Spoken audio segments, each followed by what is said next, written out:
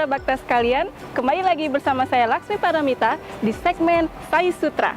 Hari ini kita akan membahas sebuah video yang akan dibawakan oleh Brother Arawin Balas Subramanya. Para bakta sekalian, seringkali kita mendapatkan sebuah kritikan, bukan? Tetapi, bagaimana caranya kita menanggapi sebuah kritikan dengan cara spiritual seperti yang diajarkan oleh Bhagawan Sri Satya Sai Baba? Baiklah, mari kita saksikan video berikut ini.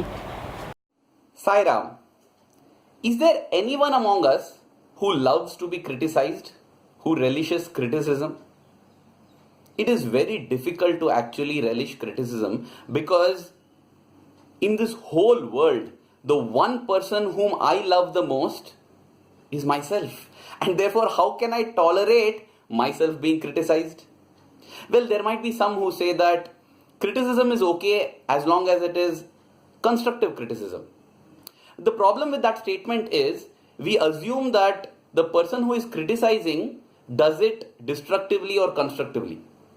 Actually, constructive criticism doesn't depend on the one who is criticizing. It depends on the one who is receiving the criticism. See, there was this donkey that fell in a big pit in the ground and it began to bray. It began to bray so loudly that it disturbed the entire neighborhood, and people came and they tried to rescue the donkey. They could not. So they felt that the only way to stop its braying is to bury it completely. So they began to pour sand and mud on the donkey with the hope of finishing it off. But you know what the donkey did? Every time the mud and dirt fell on its back, it just dusted it off, brushed aside the mud and dirt, and soon beside the donkey there was a heap, a big mound of mud and dirt which the donkey used to climb out of the pit. So you see, though people come to throw mud and sand, if we have the attitude of that smart donkey, then we will be able to come out of any deep pit. It depends on the attitude of the one who is being criticized. And let's face it, nobody is immune to criticism. I am reminded of a beautiful episode narrated by Brother Y. Srinivas from Hyderabad. You know, Swami Bhagwan Sri Satya Sai Baba placed a lot of trust in Brother Srinivas, and very often he would give him different tasks to accomplish and complete. On one occasion, Swami had asked Srinivas to do something which he was unable to do after he got back to Hyderabad because of multiple problems. He could not get people to agree to what he wanted to do. Of course, it was not his idea, it was Bhagwan's command, but he did not state it so. And therefore, he did not receive cooperation, he received criticism, he had a lot of problems in executing Swami's word. Now, because of this, he felt very ashamed of himself. He felt that Swami has given me a task and I am unable to do it. And therefore, every month, as per his practice when he would come to Puttaparthi Prashantinilayam, he stopped trying to secure the front seats because he felt ashamed to show his face to Swami. He would sit somewhere in the behind, have darshan, do some seva in the canteen and go back. This happened for weeks and several months. 6 months to be precise. In the 6th month, when he had come for darshan, Swami himself spotted him somewhere right at the back and called him for an interview. In the interview room, it was only Swami and Srinivas. Srinivas was seated at Bhagwan's feet and Swami was sitting there reading some letters, not speaking even one word. After a few minutes, in order to break the ice, Srinivas said, "Swami." The moment he said that, Swami put the letter aside, looked at him and said, "Swami gives you so much and you don't have the least bit of gratitude. You are useless. I think I should throw you out." You know, Swami went on. He appeared very furious and Swami scolded him.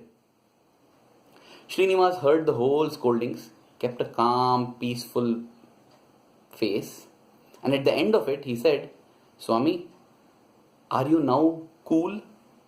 You know, challarinda kopam," he asked in Telugu. "Swami, has your anger subsided?" The moment he said that, Swami looked at him and said, "You think this is anger?" And what did Brother Srinivas see? There were tears from Swami's eyes. Swami was shedding tears and he said, "This is what you have understood of Swami?" He was taken aback. He said, Swami, what happened? Swami said, this is not anger, this is pain. You are not coming to see me. You are going away from Swami. He said, no Swami, I came. Every month I came.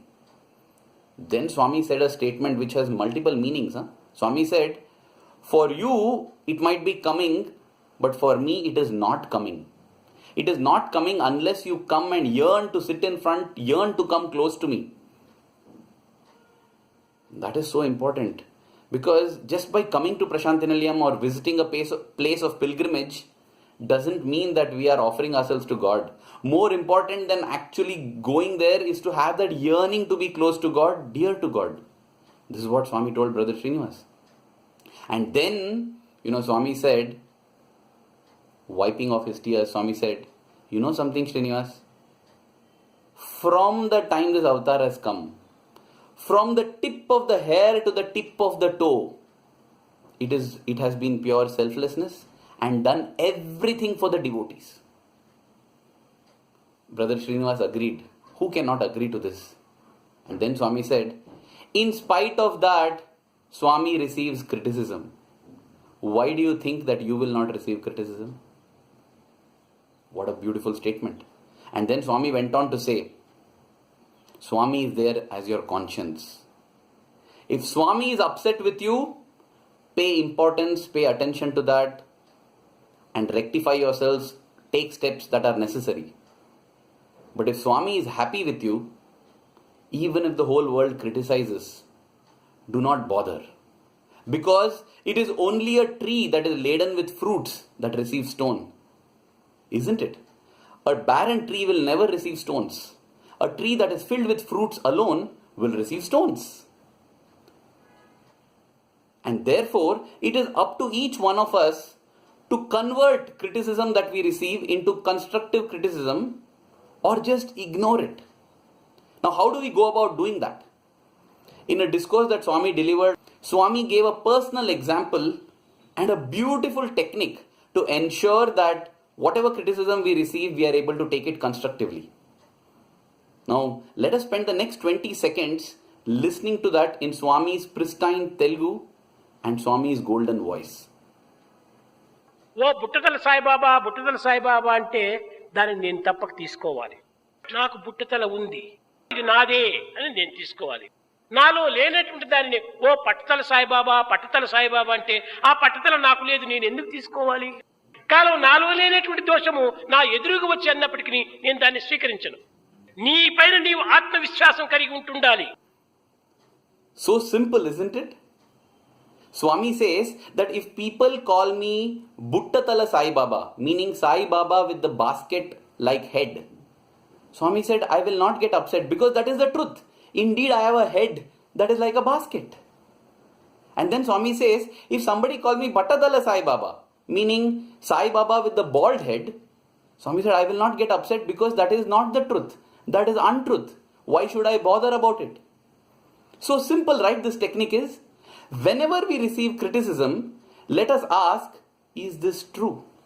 If it is true, let us accept it and have gratitude to the person who brought it up in front of us.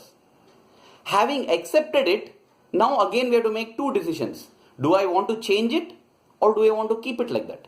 If I want to change it, let's put efforts to change it. If I want to keep it like that, then it's fine. I just accept it. Whoever gave me the feedback, I say, yes, you're right. I accept it and just leave it at that.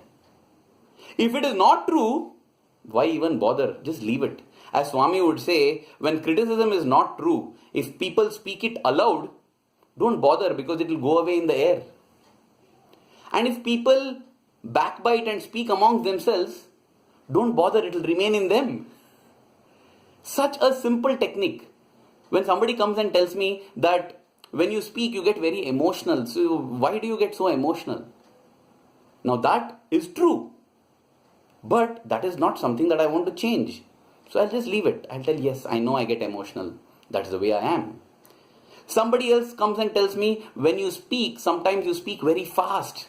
It becomes difficult to grasp. Why do you speak so fast? Now this is also true. And I accept it. And this is something that I want to change. And therefore I feel, okay, From next time onwards, can I change? Can I better myself? This is how we convert criticism into something that is constructive. And then there is someone who comes and gives me criticism which I feel is untrue.